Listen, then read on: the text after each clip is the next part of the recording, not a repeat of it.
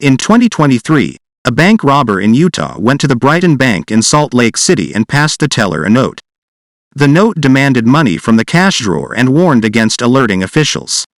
It read, "Money in till now. Do not alert anyone. No one needs to be hurt, right? Wait until I leave to contact authorities." The teller gave him the money, but also managed to add a die pack of bait money. As the robber left the bank, the bag exploded. Not only was he covered in red dye, but the money was now unusable. He then fled the scene in a blue Chrysler 200. Witnesses were able to get the license number, which police later determined was an Uber rideshare. Just let that sink in for a moment.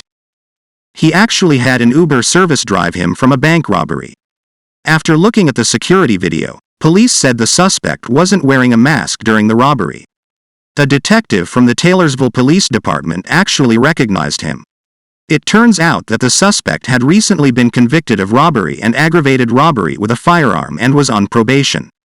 He was also identified by probation officers.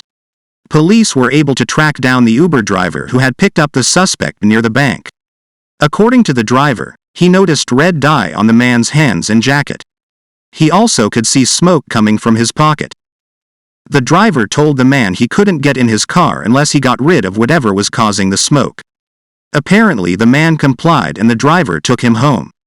Police were able to recover a die pack where the Uber driver had picked him up. It was on the ground near the bank.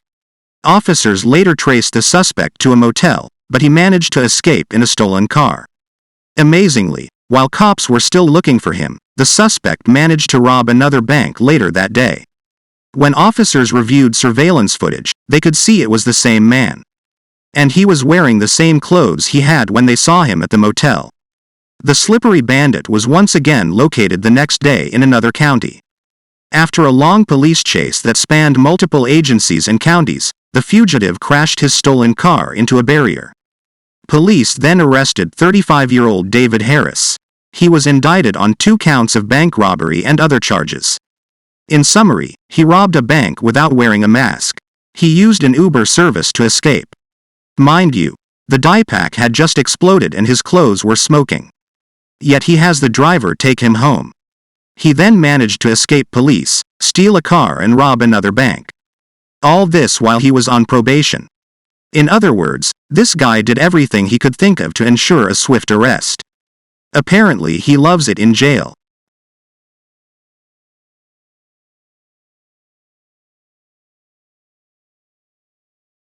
In 2019, a 26-year-old man went to a convenience store in Indiana. According to the store clerk, the man had covered his face with a rag to conceal his identity. He then approached the counter, pointed a gun and demanded money. The clerk was able to gather a few rolled coins and some loose change from a shoebox under the counter. As she handed the cash to the robber, something about him seemed familiar. Even though his face was partially covered, she still recognized him as a regular customer. As a matter of fact, he had visited that same store earlier in the day. While she couldn't remember his name, apparently she knew his family. So as the man started to leave with the money, the clerk had just one thing to say to him. She yelled out, "I'm going to tell your daddy." When the man realized she knew who he was, he panicked. According to the clerk, he suddenly dropped the money and ran out the store. When police arrived, the clerk gave them enough information to identify the suspect. It turns out that he also had a criminal record. The clerk told police that based on his reaction when she threatened to tell his father, she's sure that's why he dropped the money and ran away. He was eventually arrested and faced charges of armed robbery, attempted theft and being a habitual criminal. Just imagine how foolish he must have felt. He robs a store and winds up leaving the stolen money behind after being recognized. Yet he still winds up going to jail for armed robbery. We'd also love to know what his daddy had to say about it.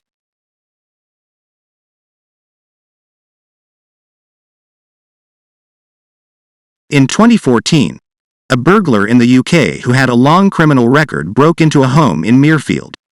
The man was also a heroin addict and was searching for something to steal and later sell.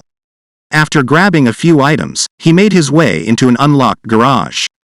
Once inside, he noticed a stash of beer and decided to help himself to the brew. He then looked in the freezer and found some popsicles. So after a hard day of burglary, he gets to enjoy a few beers along with some tasty treats. Once he's had his fill, he leaves the home with a crate of beer. When the homeowner returned, he called police to report the burglary. Officers filled out a report and left. It wasn't until a few days later that the homeowner made a very surprising discovery.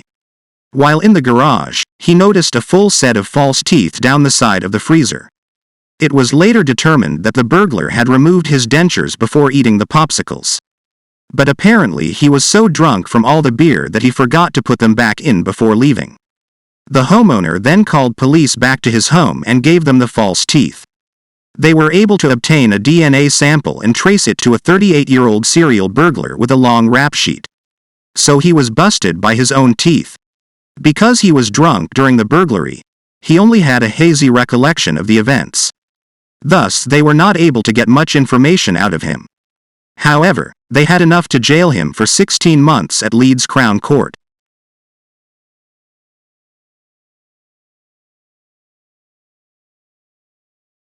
In 2011, a man entered a bank in Tabernacle, New Jersey wearing a black sweatshirt and ski mask.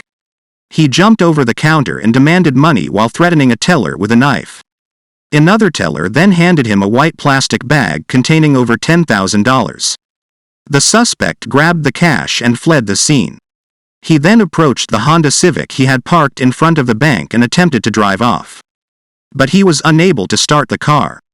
That's because he had dropped his keys inside the bank when he jumped the counter. He then exits the vehicle and attempts to re-enter the bank, but employees had locked the doors. His only option was to escape on foot. He wound up running into a wooded area near the bank. He eventually made his way to a nearby house and rang the doorbell.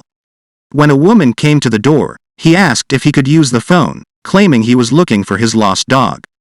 That sounds pretty ridiculous, but perhaps he thought he could convince her that his dog had a cell phone.